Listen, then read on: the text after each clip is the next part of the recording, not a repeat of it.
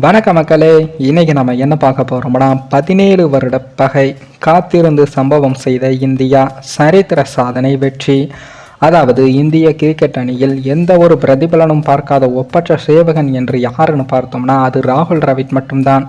அணிக்கு எது தேவையோ அதை செய்வதில் கொஞ்சம் கூட சுயநலமே பார்க்க மாட்டாரு. அணிக்கு ஓப்பனிங் பேட்ஸ்மேன் இல்லையா, சரி நான் அதை செய்கிறேன்.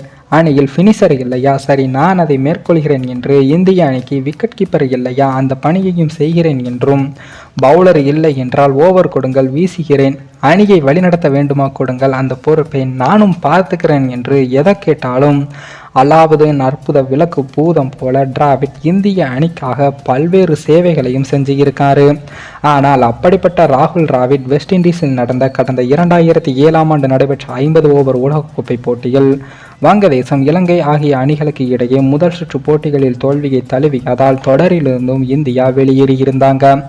அப்போது இந்திய அணியின் கேப்டனாக டிராவிட் இருந்ததால் அவர் மீது கடும் விமர்சனங்களும் வைக்கப்பட்டது.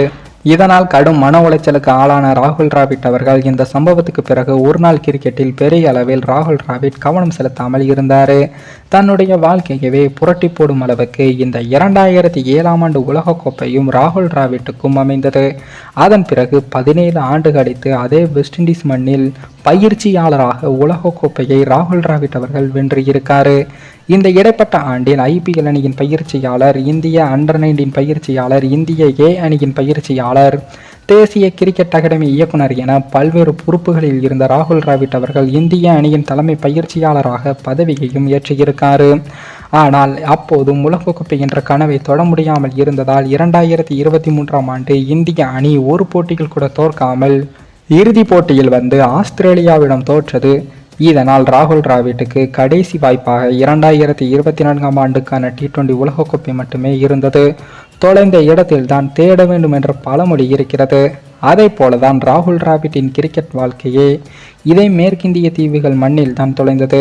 தற்போது டிராவிட் பல்வேறு அனுபவங்கள், பயிற்சிகள், திட்டமிடுதல், தியாகங்கள், உழைப்பு என 17 ஆண்டுகளாக தன்னை மெருகேற்றி மீண்டும் தொலைந்த இடத்திலேயே தன்னுடைய மரியாதையை மீட்டு இன்று சரித்திர சாதனையையும் படைத்திருக்காரு.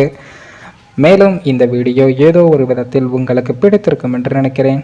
நம்ம சேனலுக்கு புதிதாக வீடியோ பார்க்கிறீர்கள் என்றால் மறக்காமல் சப்ஸ்கிரைபர் செய்துவிட்டு பாருங்கள். இன்னொரு வீடியோவில் சந்திக்கும் வரை நான் உங்கள் தமிழ்.